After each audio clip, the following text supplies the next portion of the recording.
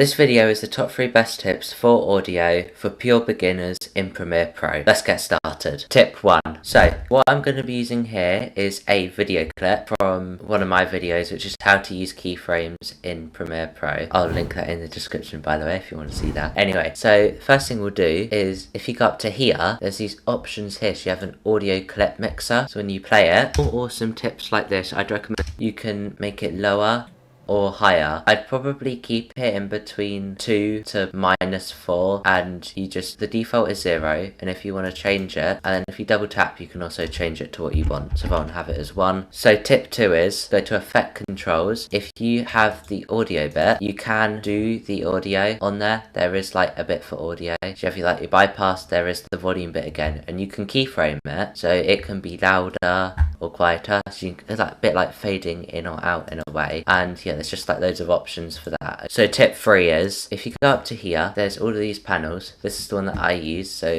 I made this myself, by the way, if you're wondering because of the name. There is a audio workspace. If you press on that, there's a whole audio thing. There's like all of your normal stuff that you'd have in your bins bit, your normal effects, timeline, everything. The difference is there's this thing here called essential sound. So you have a browse bit where you can just pick loads of songs if you want. You do have to license it, which does cost money, by the way. But there's all of these options here. So you have dialogue, music, SFX, and A/B lints. I've never said that before. We'll press on dialogue as an example. You have all of these options here, which you can change. You've got like the volume level, you can mute it. You can also do that on your track by pressing the M button here, and you can reverb it. You've just got all of these options here, which is really useful. And then if you want to leave this bit, press clear audio type, and then again, there's all of these options here. I'd recommend just having a look. Watch this video here if you want to. Subscribe.